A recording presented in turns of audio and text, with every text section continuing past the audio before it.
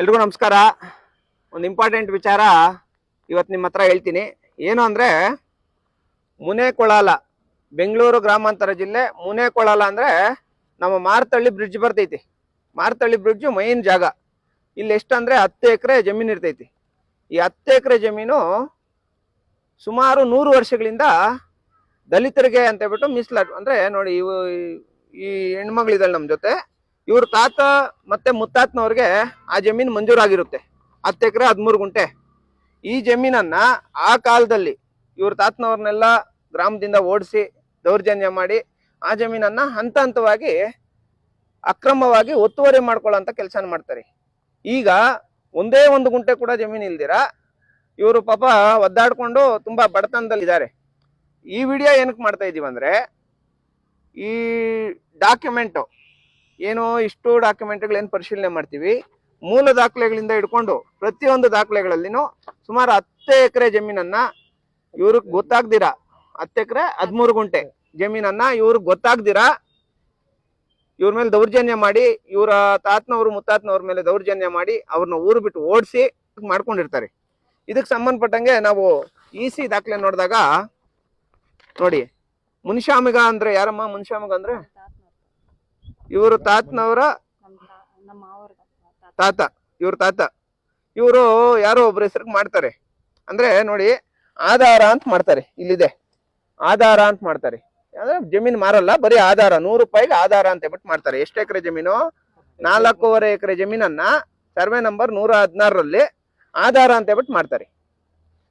ಈ ಒಂದು ದಾಖಲೆ ಬಿಟ್ರೆ ಬೇರೆ ಯಾವ ದಾಖಲೆಗಳು ಅವ್ರ ಹೆಸರಲ್ಲಿ ಇಲ್ಲ. ಅಂದ್ರೆ ಜೆನ್ಯೂನಾಗಿ ಯಾವ ಡಾಕ್ಯುಮೆಂಟ್ಸ್ ಮಾಡ್ಕೊಂಡಿರಲ್ಲ.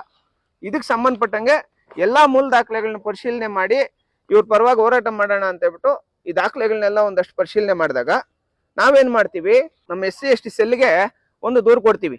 ಸರ್, ಈ ತರ 10 ಎಕರೆ 13 ಗುಂಟೆ ಜಮೀನು ಇರುತ್ತೆ, ಸರ್ವೆ ನಂಬರ್ 116 ಮುನೇಕೊಳಲ ಒಂದು ಗ್ರಾಮದಲ್ಲಿ 10 ಎಕರೆ 13 ಗುಂಟೆ ಜಮೀನು ಇರುತ್ತೆ. ದಯವಿಟ್ಟು ಈ ಜಮೀನನ್ನ ನೀವು ಯಾರು ಮೂಲ ವಾರಸುದಾರ ಇರ್ತಾರೋ ಇವ್ರಿಗೆ ಮಾಡ್ಕೊಡಿ ಅಂತ ಹೇಳ್ಬಿಟ್ಟು ಒಂದು ಅರ್ಜಿ ಕೊಟ್ಟಾಗ ಈ ಎಲ್ಲಾ ದಾಖಲೆಗಳನ್ನ ಪರಿಶೀಲನೆ ಮಾಡಿದಂತಹ ಆಯೋಗ ಇವ್ರಿಗೆ ಫೇವರ್ ಆಗಿ ಒಂದು ವರದಿ ಕೊಡುತ್ತೆ.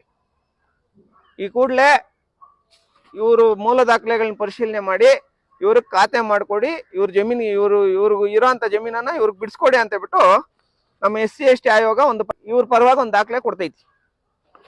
ಇದಕ್ಕೆ ಸಂಬಂಧಪಟ್ಟಂಗೆ ಇವ್ರೇನ್ ಮಾಡ್ತಾರೆ, ಮತ್ತೆ ಈ ದಾಖಲೆಗಳನ್ನ ತಗೊಂಡು ತಹಸೀಲ್ದಾರ್ ಅವ್ರಿಗೆ ಮತ್ತೆ ಸಂಬಂಧಪಟ್ಟಂತ ಆಯುಕ್ತರಿಗೆ ಎಲ್ಲ ಪ್ರತಿಯೊಬ್ಬರಿಗೂ ಪೋಸ್ಟ್ ಮುಖಾಂತರ ಪತ್ರಗಳಿಸ್ತಾರೆ.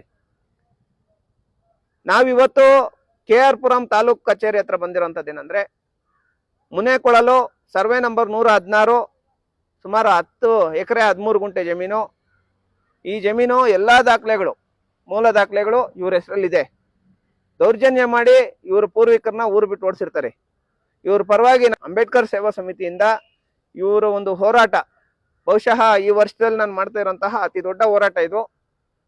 ಅಂದ್ರೆ ಆ ಒಂದು ಸ್ಥಳ 10ಕ್ಕೆ 10 ಜಾಗ ಇದ್ರೆ, 10 ಅಡಿಗೆ 10 ಅಡಿ ಜಾಗ ಇದ್ರೆ ಆ ಜಾಗದಲ್ಲಿ 1 ಕೋಟಿ ರೂಪಾಯಿ ಅಷ್ಟೊಂದು ಬೆಲೆ ಬಾಳೋ ಜಮೀನುಗಳನ್ನ ನಮ್ಮವ್ರಿಗೆ ವಂಚನೆ ಮಾಡಿ ಬೇರೆಯವರು ದುಡ್ಡಿರೋ ಅಂತವ್ರು ಮಾಡಿಕೊಂಡು ಇವ್ರಿಗೆಲ್ಲ ಒಂದು ಕಡೆ ತೊಂದರೆ ಕೊಡ್ತಾ ಇರೋಂಥದ್ದು, ಮತ್ತೆ ಇವ್ರಿಗೆ ವಂಚಿಸಿರೋ ಅಂಥದ್ದು, ನಮ್ಮ ಪೂರ್ವಿಕರು ನಮ್ಗೆ ಮಾಡಿಕೊಟ್ಟಿರೋಂಥ ಜಮೀನುಗಳು ನಾವು ಕಳ್ಕೊಂಡಿರೋ ಅಂಥದ್ದು.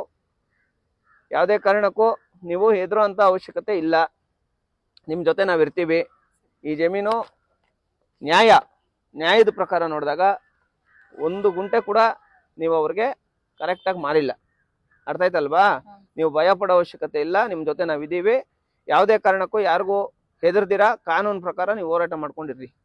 ಈಗ ನಮಗೂ ಅಷ್ಟೇ ಬೇಕಾದಷ್ಟು ಬೆದರಿಕೆಗಳು ಬರ್ತೈತೆ. ಹಂಗಂತ ಹೇಳ್ಬಿಟ್ಟು ನಾವು ಹೋರಾಟ ನಿಲ್ಲಿಸ್ಬಿಡಕ್ಕಾಗ್ತೈತಾ? ಬದುಕಿರೋ ಅಷ್ಟು ದಿನ ಹೋರಾಟ, ನೀವು ಸತ್ತರೆ ಅದು ದೊಡ್ಡ ಇತಿಹಾಸ. ಅರ್ಥ ಆಯ್ತಲ್ವಾ ನಾನು ಹೇಳ್ತಾ ಇರೋಂಥದ್ದು? ಯಾವುದೇ ಕಾರಣಕ್ಕೂ ಹೋರಾಟನ ಬಿಡಬೇಡ್ರಿ, ಹೋರಾಟ ಮಾಡ್ರಿ. 100% ಇನ್ನೇನು ಕೊನೆ ಘಟ್ಟದಲ್ಲಿ ಇದೀವಿ ನಾವು. ನಿಮ್ಮ ಜಮೀನು ಉಳಿಸ್ಕೊಡ್ತೀನಿ. ನಾವೇನಾದ್ರೂ ಭಯ ಪಟ್ಕೊಂಡಿದ್ದಿದ್ರೆ 4,900 ಎಕರೆ ಜಮೀನು ಬಿಡ್ಸಕ್ಕಾಗ್ತಾ ಇತ್ತಾ? ಯಾಕಂದ್ರೆ ಯಾರು ಕಷ್ಟಪಟ್ಟಿರ್ತಾರೋ ಅವ್ರಿಗೆ ಜಮೀನು ಸಿಗ್ಲಿ ಅನ್ನೋ ಒಂದು ಮೂಲ ಉದ್ದೇಶ ನಮ್ಮದು. ಯಾವುದೇ ಆಗಲಿ ಏನೇ ಆಗಲಿ ಇವ್ರಿಗೆ ನ್ಯಾಯ ಸಿಗೋ ತನಕ ನಾವು ಹೋರಾಟ ಮಾಡ್ತೀವಿ. ಇವರು ವಿಚಾರವಾಗಿ ಯಾರೇ ಬಂದರೂ ಅಂಬೇಡ್ಕರ್ ಸೇವಾ ಸಮಿತಿ ಇವ್ರ ಜೊತೆಲಿ ಇರ್ತೀವಿ ಅಂತ ಹೇಳ್ಬಿಟ್ಟು ಮುಖಾಂತರ ಹೇಳ್ತಾ, ಈ ಕೂಡಲೇ ಅಧಿಕಾರಿಗಳು, ಸರ್ಕಾರಿ ಅಧಿಕಾರಿಗಳು ಇವ್ರಿಗೆ ನ್ಯಾಯ ದೊರಕಿಸ್ಕೊಡ್ಬೇಕು, ಮೂಲ ದಾಖಲೆಗಳನ್ನ ಪರಿಶೀಲನೆ ಮಾಡಬೇಕು. ಈ ಕೂಡಲೇ ಅಲ್ಲಿರೋಂಥ ಪೂರ್ತಿ ಪೊಸಿಷನ್ ಬಿಡಿಸಿ ಇವ್ರು ಕೊಡ್ಬೇಕು ಅಂತ ಹೇಳ್ಬಿಟ್ಟು ಈ ಮುಖಾಂತರ ಮನವಿ ಮಾಡ್ತಾ ಇದ್ದೀನಿ. Thank you so much. ಜೈ ಭೀಮ್. ಜೈ ಭೀಮ್.